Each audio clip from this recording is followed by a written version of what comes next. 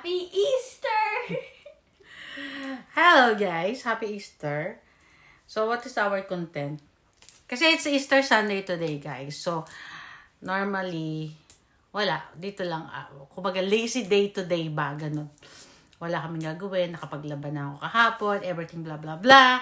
And it's still early bago magluto. So naisip namin ni Alec na mag-vlog about, ano ba? 3 years na kami rito sa Netherlands. Imagine, ang bilis. Ang bilis ng panahon. Dumating kami rito, late pa ni Alec. Ngayon, laki-laki na. 8 na. So, anong natin? House is daw? Guys, sorry kasi wala kaming script. So, kung ano lang yung sinasabi namin, yun lang yun. So, anyway, how is our 3rd year here in the Netherlands? Well, so many things happen since we moved here. First, weather change, of course. And once in a while, of course, we miss Dubai. But, they said, there's no perfect country. Both has advantage and disadvantage in both country, in UAE and here in the Netherlands. Here in the Netherlands, first is Alec was very happy, di ba? Yeah. Kasi ang mga bata rito is exposed sa labas, sa outside, outdoor, and they learn more about being independent, like how to ride the bus, how to make plans, how to make pancake, yung mga pang everyday ba, We which is even have at school our own planting in our school. yun nga, yun yung gusto ko dito. Yung sa school nila, although they have academic, but they don't really pressure or stress the kids that, hey, you have to learn this one. And one more thing, wala sila dito yung first honor, second honor, third honor. Kumbaga, they're all the same level. I love that one because in a way na hindi na pa-pressure ang mga bata. Kasi minsan hindi mo mawawala. Syempre, mga bata yan, hindi mawawala na, oh, siya, top 1, hindi ako nag-top 1, top 3. So, walang ganon. So, mas relax silang mga bata. So, more on why we move here, it's because of Alec naman din. Kaya kami nag-decide na umuwi dito sa Netherlands. Kasi nga, is para sa education ni Alec. Mabuhay siya ng simple life ba, ganon.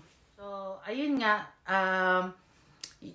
that's why we decide to come home here and syempre to spend time with Mama Witske, yung mother ng husband ko, ni Daddy Albert, which is sadly, she passed away last December. Ano pa? January, sorry. January. So, yeah. And what else is nice here? Ayun nga, it's good here kasi you can spend time outdoor. We're more active. I mean, pag namamalengke ko, hindi ko kailangan mag-car. I just go to village, walk. That's why I love lifting heavy because whenever I do a grocery, I have like 20 kilos like dito sa isang balikat o sa kabilang balikat.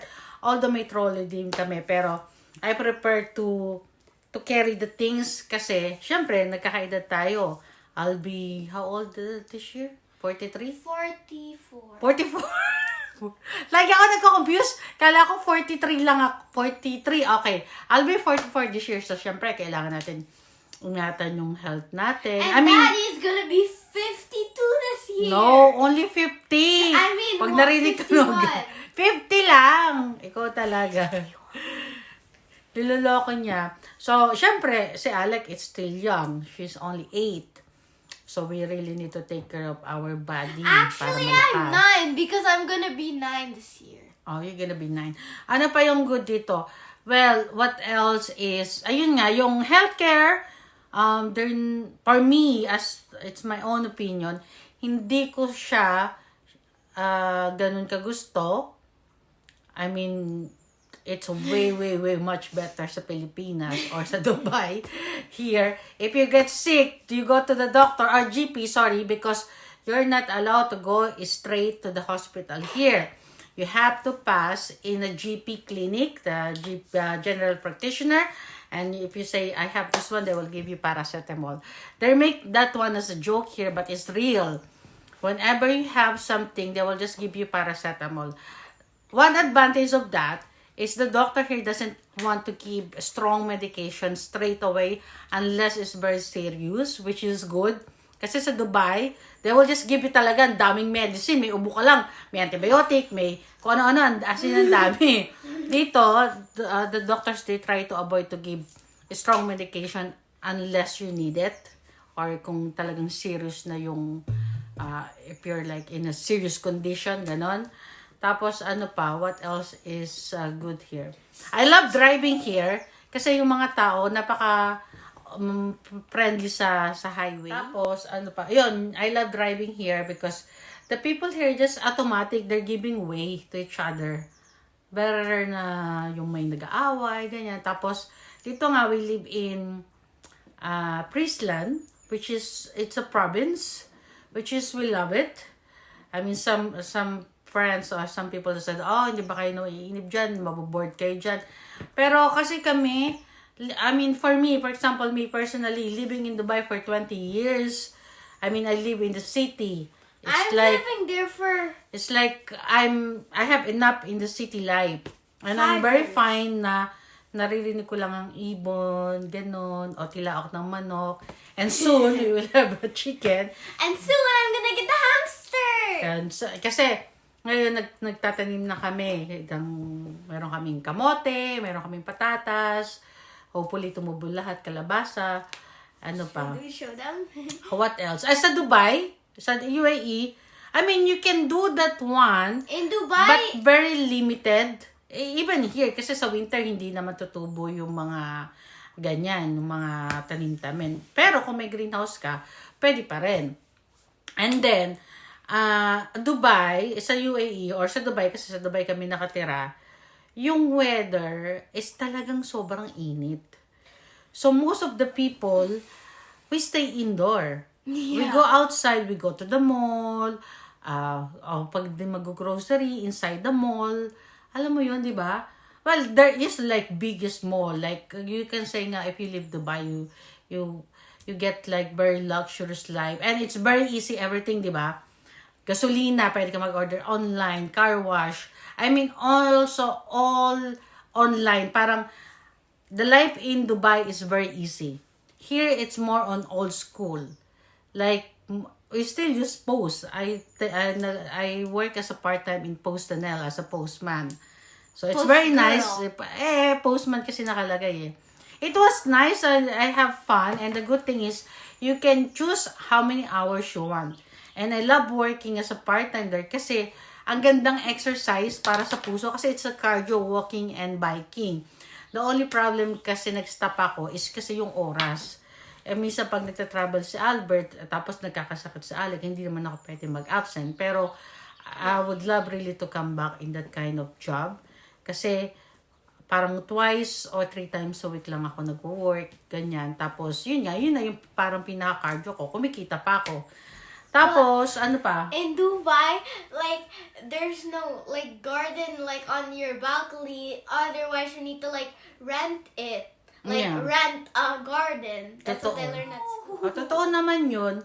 Unless kung may bila ka, if you have, like, money, if you have, ganon. But when we was in Dubai, we're more practical. Especially when I resigned, when I stopped working. And si Dad Albert yung nag-work. Kasi nga, we decide like, I want to take care of my anak. Kasi lumalakas siya, hindi kami nakikita. Mas nagiging close siya dun sa nag-aalaga. So, diba, it's quite, how you call it? It's not nice for the kids growing up that they will grow up with the yaya. I mean, for us. That's our mentality. That's our point. So, if you have a chance or, how you call it, ano ba tawag doon? Kung may pagkakataon ka na ikaw mag-alaga sa anak mo, mas maganda. Pero syempre, iba pa din yung ano, may mga magulang kasi na they have to work. And I'm really proud of that. Like, nakaka-amaze sila kasi natitiis nila na lumalayo para magtrabaho para sa anak, di ba? So, iba rin yung sakripisyo nun. So, kami naman, may opportunity ako na pwede akong mag-aalaga tapos mag-stop muna ako mag-work. So, si Albert muna yung nag-work. So, we decided not to have a big flat or apartment in Dubai. So, maliit lang yung apartment namin doon. 1 bedroom lang, no? Kasi we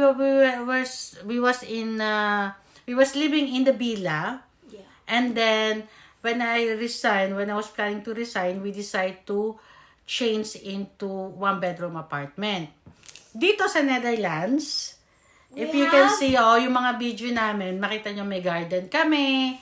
It's a old house, pero it's peace, quiet, tapos malayo yung, may kapitbahay kami pero medyo malayo. And they're all nice here. Tapos ito kung nasaan kami lagi, ito yung play area ni Alec kasi yung sala ay naayos pa. So, malaki yung, malawak yung lalakaran. Yeah, you got it a roll. This looks like a sala. Ito nga parang sala. But itong kung nasa kami ngayon, kwarto to ni Daddy Albert nung binata siya. So, ang ginawa ko, kinumbert namin as a sala o play area ni Alec. Tapos, kasi inaayos pa namin yung sala namin sa loob ng bahay. Ano pa? What else? Well, we can show them our garden. Yeah, yung garden namin medyo matataas ko na. Kung nakikita niyo sa mga video ko, yung pinagkakat namin yung mga puno kasi tataniman ko yun. Yeah. Ano pa? So, We're back on. Oh yeah, so ano yun tawag dito? So, yun na nga guys. Dubai has something to offer. I love the life in Dubai, especially when I don't have Alec. But when you have a family, it's something like you will think, kasi the naging priority namin is si Alec nung we have Alec. So, we think about like, what is gonna be good for her. So, dito sa Netherlands is, I love the school for kids. They're more, although, syempre may mga bullies pa rin bata, yung mga naughty, na ganyan, hindi maiiwasan niya. Pero, marunong naman na itong lumaban, tinuturuan ko. Tapos, ano pa, yun nga, most of the time outdoor dito, more active yung lifestyle. Makita nyo naman guys, ngayon ang problema, di ba, gasolina, ganyan, tataasan. Dito, hindi masyado naman problema yung mga tao sa gasolina. Kasi, ang main transportation dito sa Netherlands is bike. First of all, ang healthy yun. At saka kung mapapansin nyo, bihira ang mga tao ditong obese kasi nga active ang lifestyle. At saka sobrang simple nila. Sobrang simple ng mga tao dito. Hindi siya yung magarbo unlike sa Dubai. So, which is it's a good thing for us kasi gusto namin lumaki si Alex sa ganun. Very simple life. Kasi sa Dubai, whatever you said, it's a very luxurious, extravagant, said nga yung buhay doon. And then, what else? Healthcare, dito, Netherlands, healthcare is okay. 0.0 It's okay, out but of 10. still, I don't, although sinasabi ko nga na they try to avoid, or the GB try to avoid to give you medication unless it's serious, but it's still for me, the doctors in Dubai and Philippines is much better than here. That's in my own opinion. Yun lang yung sa akin. Yeah, in Netherlands you call it a mening. Yeah. And then, most of the thing here, it's by post. So, sinisend nila by mail. Nung una-una, medyo, ano ba yan? Ba't ganito? Ang tagal naman. Kasi, di ba pag sinend mo sa post, it will take 2 days, 3 days bago i-deliver. But now, we get used to it. Like, kung may kailangan, kasi katulad ko sa visa ko, paper ko, it's by post, it's not email. Pero nung huli, nasanay na rin naman kami. Ano pa? What else is here? Dito, walang malalaking mall. Walang malalaking mall dito. Unlike Dubai, talaga may Dubai Mall, Mall of Emirates, Yeah. Burj Khalifa, may mga malalaking mall. Oh, dito sa city, like Den Haag, Rotterdam, may mga mall din. Pero dito sa amin sa Friesland, kasi probinsya kami sa Rotterdam North. is where Davini Rochelle is. Sa south, yeah. Like, in the middle. Dito ano lang, mas simple, walang mall. Pero may mga shop naman. Ano pa? What else? Sanay na rin kami sa Baguio dito. I mean, in Groningen, there's like, I found the Mimisaw and I buy this because I only thought like in Mimisaw, like there's only Mimisaw and like other, like I didn't know there was Mimisaw here because I never saw Mimisaw sign. And, yun lang. In Dubai, it's more cheaper. Here, it's very, very expensive. The life here sa Netherlands is ang mahal. Promise. Especially the grocery. That's why I decided like magtanim-tanim kasi guys, grabe. Lalo na sa sitwasyon ngayon, mas mahal na dito. I mean, siguro sa Dubai nagtumataas ang bilihin, pero unlike dito, grabe, lahat ang mahal. Doble yung presyo. Except, ang mura dito, alam nyo kung ano? Skincare. Shiseido, clinic, yung mga yan. Mura dito. Pero, other than that, almost everything is mahal. Especially yung tax. Yun lang. Isa, sa Dubai, they don't have tax. Here, they have like halos 40% tax. And here, isa pa, in Dubai or in UAE, they don't force you to learn the language. Most of the people speak in English. So, I've been there for 20 years. I know some of Arabic words, but I did not even really talaga na, like, I learned the language, no. But here, in the Netherlands, if you want to have, like, kuwari, gusto mo mag-work talaga in a proper job, like, ako, ang linya ko sa retail, I have to learn their language. Yeah. Which is quite difficult. Although marami namang tao na nagsasalita sa city, in the city, they speak English. Here, not so much. Pero require pa rin nila na kailangan marunong ka mag-Dutch. Which is, of course, I respect that one. Siyempre, country nila to eh. So, you have to learn, you have to adjust kung anong rules nila, kung ano yung kultura nila, which is okay naman. So, I'm trying still. I'm there. Nakakaintindi na ako ng mga language ng Yeah, Dutch. you can just, pero it's like, quite you hard can for me to speak pa din. Yeah. But like before me, when I was here, like when I was at school, then teachers like try to say it in Dutch, but I can't. But now you're very fluent Yeah. in Dutch, diba? So, ibig mo sabihin, nahihiya ka lang nun. Nahihiya ka lang nun. Kasi you know naman how to speak Dutch na eh. Marunong ka na mag-Dutch nun kasi ikaw tsaka si daddy mo, pag nag-uusap kayo, Dutch lang. Kasi, ito, yung personality nito, mahihiyain, namana sa tatay niya. So, ngayon, Most people I know are shy. kaya yun din, hindi na namin siya nililipat ng school kasi she get used to it na sa school. Tsaka yung school niya, ito lang, isang tumbling lang, nandito na. Pero until group 8 lang, kasi secondary or high school. I'm in group 5 now. I'm gonna be group 6, 7. No, actually, I'm serious. 6, 7. So, sa secondary, lilipat na siya. Pero dito lang din naman, malapit sa amin. Walking distance lang din. Or kung marunong na siya mag-bike. Kasi nga, yun pa. Hindi pa rin siya marunong mag-bike, guys, until now. My gosh. Ano pa? What else? I got my new fluffy today. Haba na ng video natin. Anak, what else? Tsaka na namin kayo tour, home tour ba? Tawag doon? Yeah, but we're gonna do the garden. Ay, garden, tsaka lang pag maayos na. Kasi Bye! ang kalat pa ng garden namin. Kasi nga nagputol-putol ako, nagpulak ako ng mga puno. Tapos, ang dami ko pang puno na kailangan putol-putulin na para panggatong. Kasi, dito useful yun. Yeah, that's Like the the point. other day, alam nyo ba, then nag-barbecue kami. At the same time, doon ko niluto yung paksiw na isda para kinabukasan. O, init nila. Saglit lang, iinitin. Hindi na yung matagal iinit mo pa sa gas. Kasi, dito rin ang mahal ng gas. Dahil sa nangyayaring war ngayon, pati gas dito mataas. Ang gamit namin dito, gas, pati heater. So, syempre, kailangan tipid-tipid ng konti. Yun ang maganda rito. Pwede ka magluto sa kahoy. Sa labas. Diba? Yeah. Something else. Ayun nga, I mean, we're not happy. I'm not happy what's happening now in UAE. Kasi, it's our second home before. Pero, I was happy na on time, wala na kami doon nung nangyari yon. Syempre kasi may bata. Iba pa rin kasi pag may bata ka, tapos may mga ganong putukan. So, hopefully, maging maayos na ang lahat.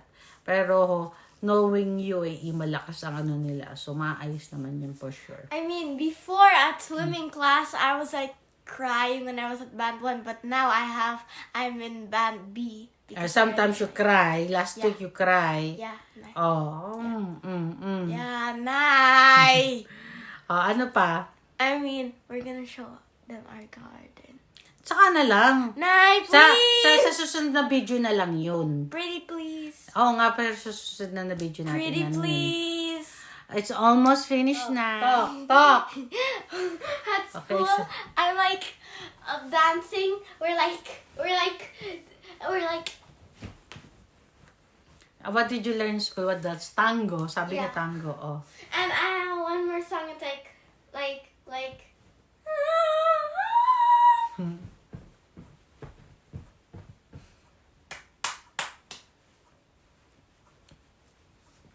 Bruh. Ano pa? Actually, I'm going by. Ano pa? Before we'll end the video, haba na. Kasi gusto ko rin naman, tag dito, i-document yung third year namin. So, after like... Document. Yeah, i-document para after how many years we can see this video na, ito pala yun, ganyan, di ba? Bro, you're Can see gonna forget yourself. that we live in Netherlands? No, I mean yung mga... Kasi ang purpose naman natin talaga sa pagpa-vlog is ma-document yung mga ginagawa natin. Yes. Not all, syempre yung mga personal, hindi ko naman yun binibideo or something. Pero yung mga ganito, I love to document everything. So, in the end, like for example, I mean, kung yung mga nakakaalam sa inyo, as you know, that my mom passed away last year. I mean, coping sa grieving ko is watching all her video. Kasi whenever we go home and everything ganyan, lagi ko mini-video, may vlog kami, o diba? So, it's still parang sa akin, kasi iba-iba naman ang pagko-cope ng grief. So, for me, I like to watch her video every now and then. I mean, almost every night, ganun. Diba? So, like, ganun lang din yung pagbablog. Na i-document mo yung mga nangyayari or something na kuwari, ito. I'm hungry. I'm hungry. Okay, so wala na tayo at come dito, magbabay tayo. So, ano na, wala ka na sasabihin, wala ka na i-add, magbababay na tayo. We need to show them our garden. Oo nga, sa video natin yan. Not now, magbabay muna tayo. Kasi, bye guys, thank you for watching. Medyo mahaba yung video namin, tapusin nyo guys. If you watch, then I'm gonna give you a surprise because no one watches our video. So if you watch, I'm gonna give you a surprise. Anong surprise? It's a secret. Secret daw. If like you subscribe and then I see if we have like a lot of views, then like I'm gonna give you guys Okay a guys, surprise. watch our video And then until I'm end, gonna ha? like tell you in the next video if I see. Yeah. Okay, bye. Bye. Thank you for watching. Yeah. Surprise. Surprise.